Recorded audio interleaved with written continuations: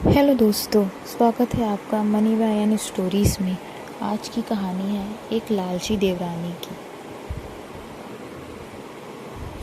एक समय की बात है, एक गांव में एक कुशल परिवार रहता था। उस परिवार में सुधा जी नाम की एक वृद्ध महिला रहती थी। सुधा जी की 2 बेटी और बहुएं थी जो उनके साथ रहती थी। बड़े बेटे अशोक की पत्नी नम्रता संस्कारी और सर्वगुण संपन्न थी। वहीं छोटे बेटे की पत्नी अनाया चालाक और बहुत तेज तर्रार थी। एक बार की बात है, सुधा जी और नम्रता मिलकर बहुत सारे लड्डू बनाकर रसोई में रख देते हैं। सुधा जी, बहू, मैं मिश्रा जी के वहाँ कुछ काम से जा रही हूँ, तुम लड्डू को थोड़ी देर बाद डब्बे में रख देना। ये बोलकर सुधा जी बाहर चली जाती है। नम्रता अपने बेटे की आवाज़ सुनकर उसे देखने चली जाती। तभी अनाया रसोई में आते ही शुद्ध देसी के लड्डू देखकर उसके मुंह में पानी आ जाता है और एक लड्डू खा लेती है। अनाया, वाह, इतने स्वादिष्ट लड्डू है, मैंने कभी नहीं खाए। एक काम करती हूँ, सारे लड्डू डिब्बे में रख लेती हूँ और एक प्लेट में ही छोड़ दूंगी, जिससे किसी को मुझ पर शक भी ना हो और मैं आराम से खा पाऊंगी। वह लड्डू की प्लेट उठाकर एक डब्बे में भरकर चुपके से अपने कमरे में ले जाती है और प्लेट में एक लड्डू वहीं छोड़ देती है। अपने कमरे में जाकर अनाया पेट भर लड्डू खाती है। पेट भर जाने के बाद वह लड्डू के डिब्बे को छुपा देती है। नम्रता अपने बेटे कार्तिक को सुला रही थी, तभी सुधा जी घर आ जाती है। सुधा जी, नम्रता, अरे ओ नम्रता। नम्रता सास की आवाज़ सुनकर भागी हुई आती है। नम्रता, जी माँ जी, बुलाया आपने?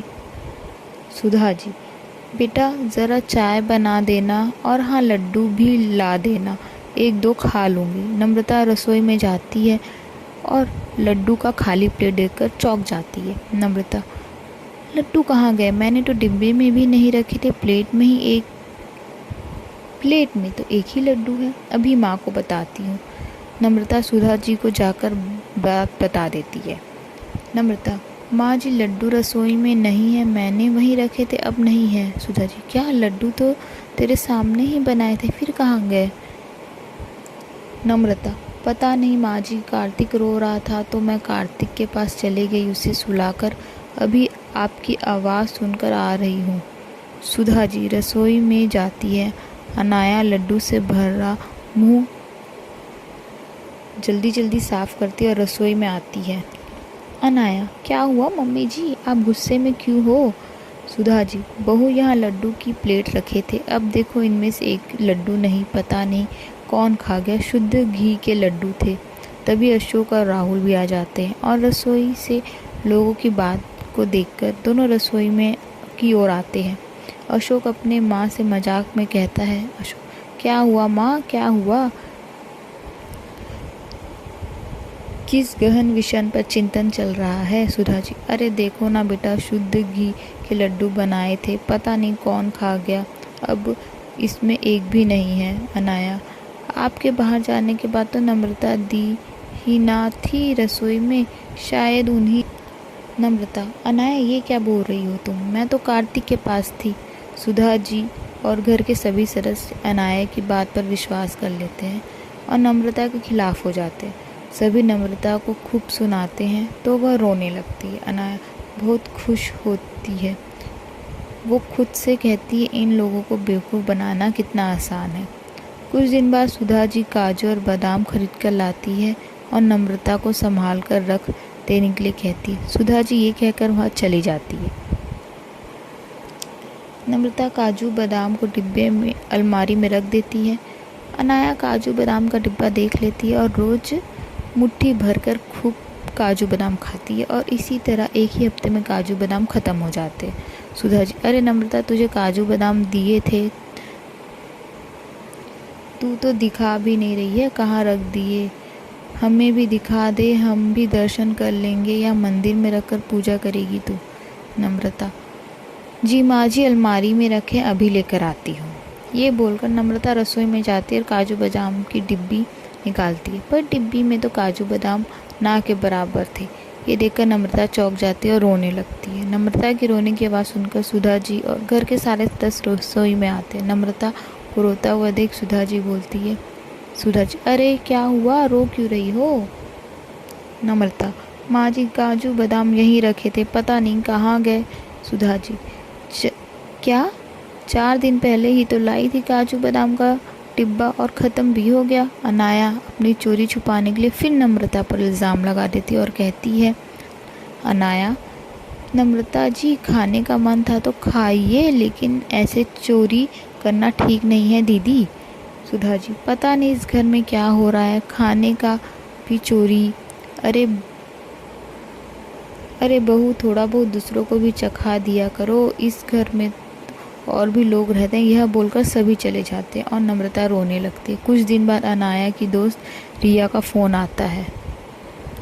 रिया, हेलो अनाया, कैसी हो? अनाया, मैं ठीक हूँ, तुम बताओ, इतने दिन बाद कॉल किया। रिया, घर के काम में ना बिज़ी रही हूँ, चलो ना हम दोनों कल मिलते हैं, शॉपिंग करेंगे, खाएंगे पिएंगे। अनाया, अच्छा ठीक है, कल मिलते हैं। वैसे भी शादी को 2 महीने हो गए हैं, कहीं घूमने भी नहीं गए हैं।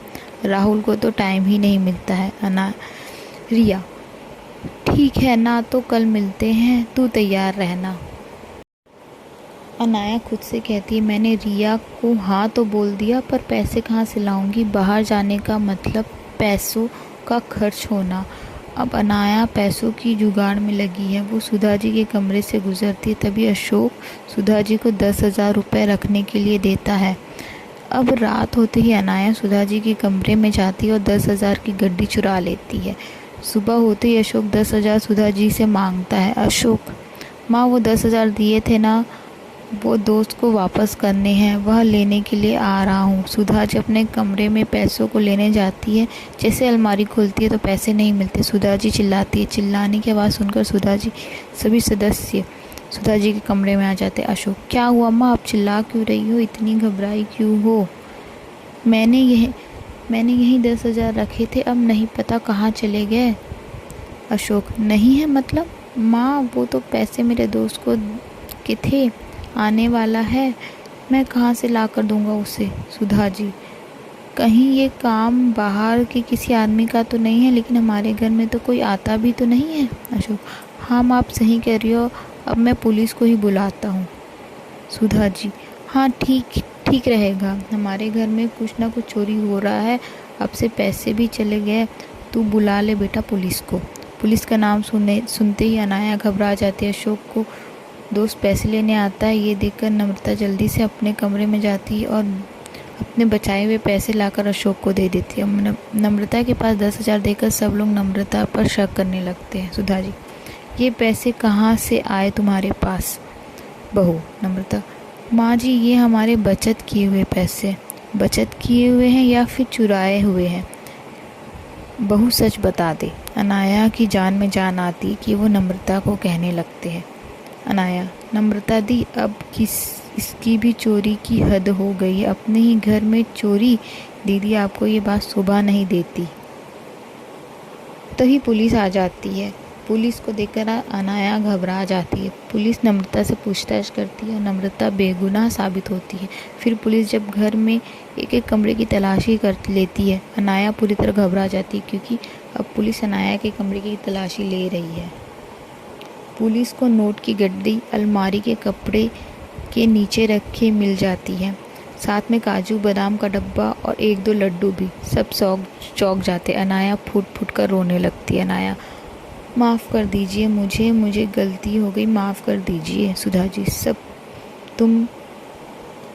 तुमने चुराया और मेरी बहू नम्रता को दोषी बनाया। अनाया रोने लगती है और नम्रता से भी माफ़ी मांगती है। नम्रता, कोई बात नहीं अनाया, तुम्हें इस घर में चोरी करने की कोई ज़रूरत नहीं है।